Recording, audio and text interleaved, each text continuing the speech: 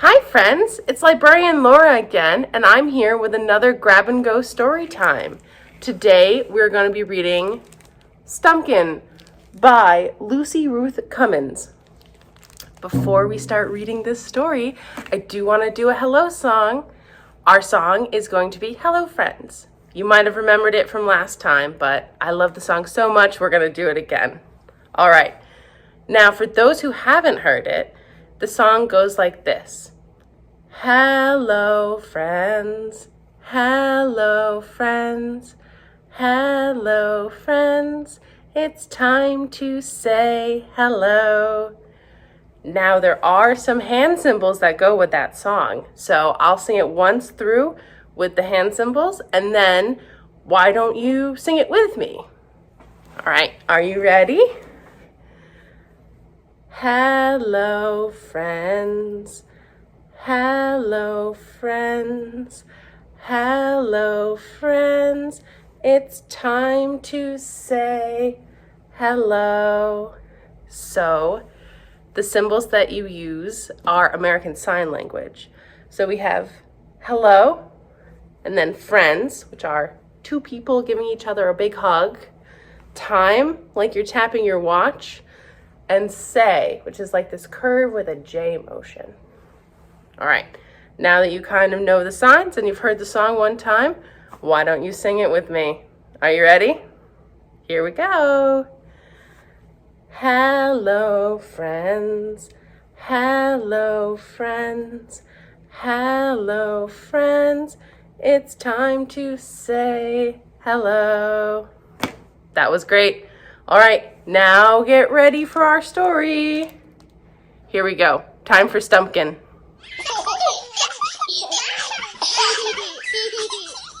Hi friends! Our story for today is Stumpkin by Lucy Ruth Cummins. It was a few days before Halloween. Outside a little shop in a big city, a shopkeeper placed some pumpkins on the shelves. A girl came and looked at the pumpkins. When she was done, she picked up one and carried it away. The other pumpkins worried after their friend. But later, they spotted him across the street and way up high. See him up there?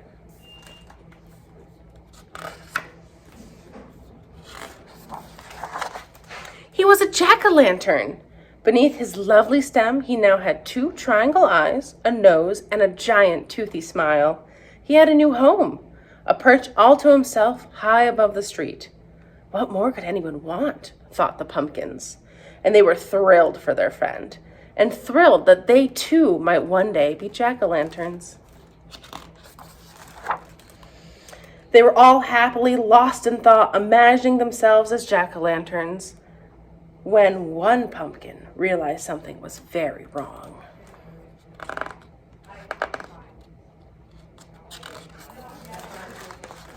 Poor little pumpkin. Poor little stemless pumpkin. With just a stump, not a stem.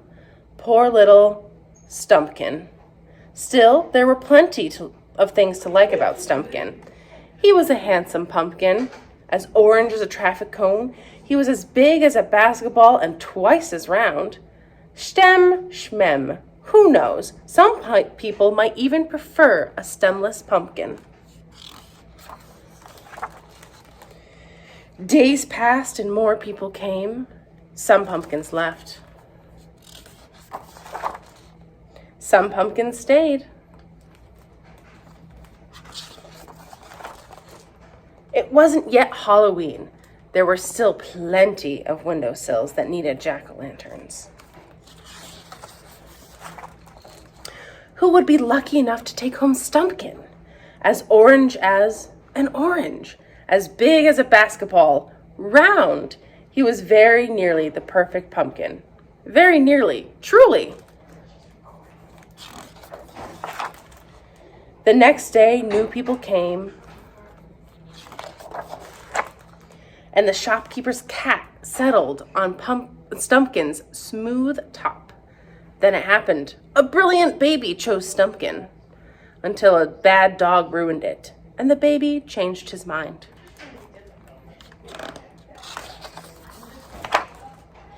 Oh well, thought Stumpkin.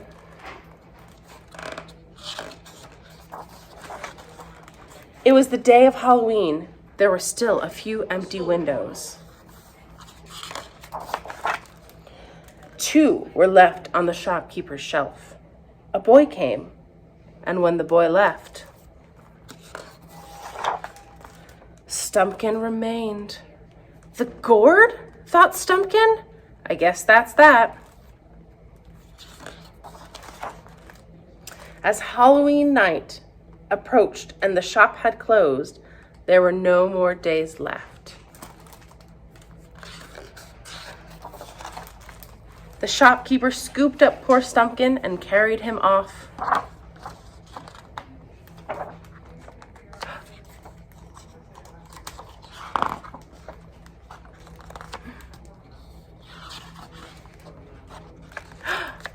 What's going on?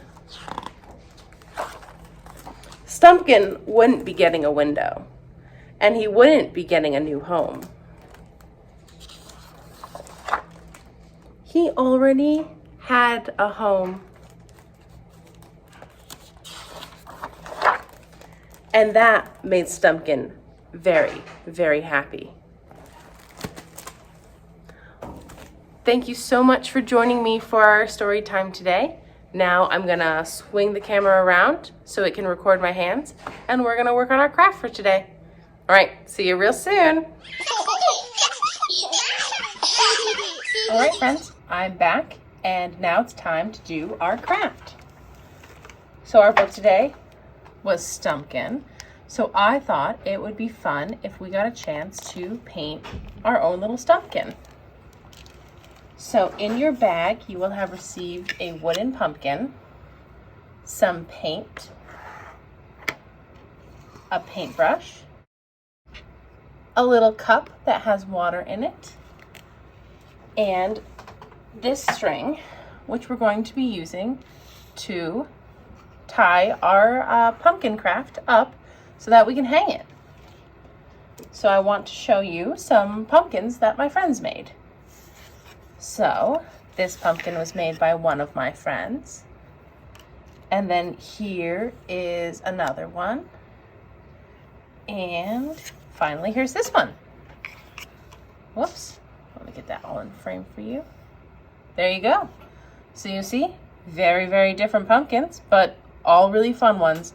So I want you to experiment and be creative and make your Stumpkin pumpkin ornament look however you like. All right, you'll have your paint here or wherever you'd like to put it on the table, and your paintbrush. So you can go ahead and start painting your Stumpkin. I'm gonna put some music on while I paint mine, and you just work on it and be creative however you like.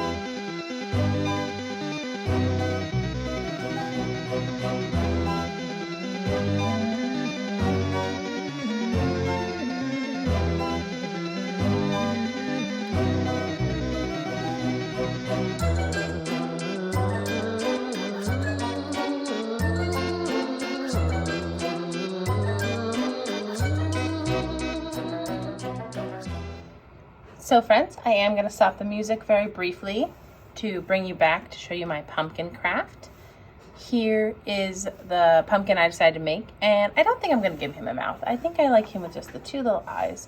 Now, he needs to dry, but while I'm waiting, I'll show you how to put a string on this pumpkin right here. So, you're going to want to take the two ends.